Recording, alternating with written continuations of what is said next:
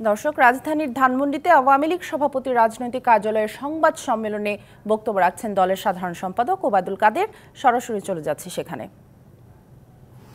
আমরা সেই 17ই মে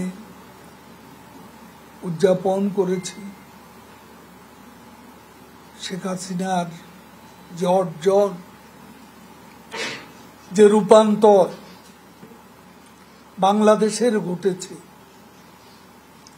একটা কথা বলা হয় না, সেটা হচ্ছে আজকে বাংলাদেশের এত উন্নয়ন সমৃদ্ধি কেন হয়েছে?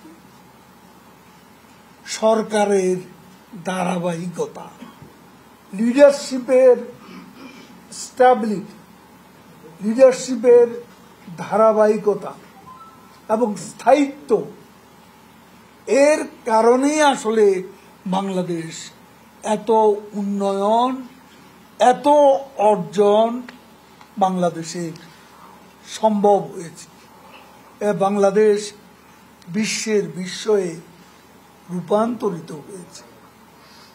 এখানে শেখ হাসিনার অর্জন একদিকে রাজনীতি খুবই স্পর্শকাতর বিষয়, যেগুলো হলো বঙ্গবন্ধু হত্যার বিচারের মতো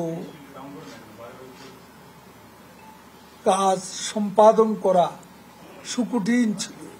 ওয়ালটন এয়ার কন্ডিশনার এক্সচেঞ্জ অফারে স্প্লিট এসিতে 23,000 টাকা পর্যন্ত নিশ্চিত ছাড়।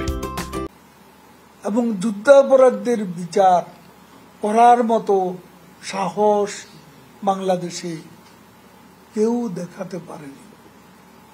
বঙ্গবন্ধু, আমি বলেছি গতকালও, বঙ্গবন্ধু যুদ্ধাপরাধীদের বিচার শুরু করেছিলেন। 11,000 যুদ্ধাপরাধী তখন কারাগারে ছিল। জিয়াউর রহমান ক্ষমতা এসে এই 11,000 যুদ্ধাপরাধীকে ছেড়ে দিয়েছিল। এর মধ্যে 703 জন দণ্ডিত যুদ্ধাপরাধী, এদেরকেও ক্ষমা করে দিয়েছে। ঢাকা বিশ্ববিদ্যালয়ের 7 খুনের আসামিকে, প্রধান আসামিকে জিয়াউর রহমান ছেড়ে দিয়েছে। আজকে মির্জা ফখরুল ইসলাম যখন বলেন বাকশালী